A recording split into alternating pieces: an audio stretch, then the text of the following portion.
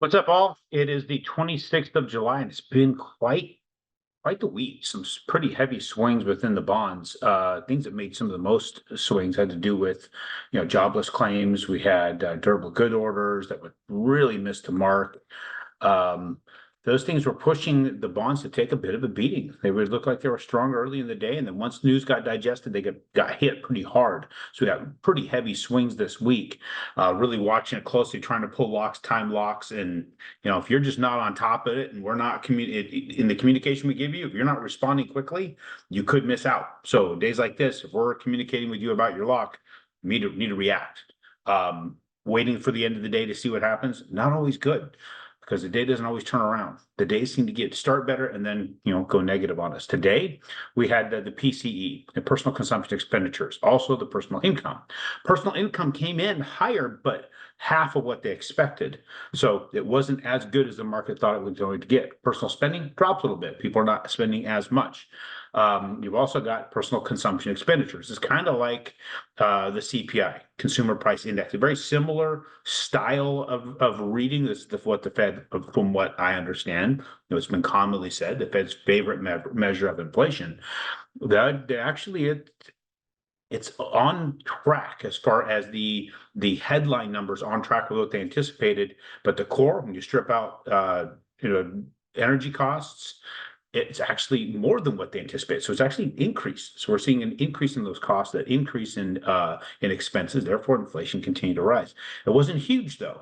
So since it wasn't a real big number, it wasn't enough to really move the market that much and cause a lot of grief to the market. So today we had actually a really good day. If you start looking here, we're going to look at the 5.5 coupon, because this is the one I have up and open with the prediction we had for where things are going to literally end up at some point. We're going to get back down here at some point, but we pushed back up, hit that order block. We came down. These are the days yesterday and the day before. We really had some pretty negative readings, but we've come back off of that. I think we might be pushing back to that order block and go back down. This is our 10-year Treasury. A lot of people look at this, want to see where it is. This is that critical level. We just can't get below that. We get below this, that means more money's flowing into bonds. That means we're having potentially rates drop. They're loosely correlated as far as the 10-year. That's everybody needs to look at is what the 10 years doing. Back to the 5.5. We're looking at the downward channel that we've referenced in the past.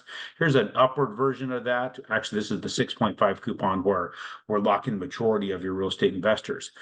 I think we're going to be trading in this range for a bit. This is probably what we're going to be playing. So we're about midway up on it. So we may end up hitting the top of it and come back off of this. This right here is our ultimate ceiling, my opinion. Ultimate ceiling. This is where the Fed, or where the market approximately was before quantitative easing. We're at that level. We're playing in those levels. So I don't know. I think it might be a Fed cut to get back up there. All the stuff I'm looking at with the enormous pressure that the Fed is under politically to drop the rate, they're going to probably do one, at least placate some of those voices. But man, I can't see two or three. There's a lot of people talking two or three. I can't see it. That's me. I'm not an economist. I look at charts, I look at other things, I look at what's happening in the market from my perspective, from helping real estate investors. And investors, if you are not buying right now, if you're sitting on the sidelines, they're taking it all from you guys. It's all being grabbed by cash buyers. And if you trace it all back, it's your BlackRocks, your State Streets, your Vanguards. They're taking it all. If you keep waiting, you're not going to get it.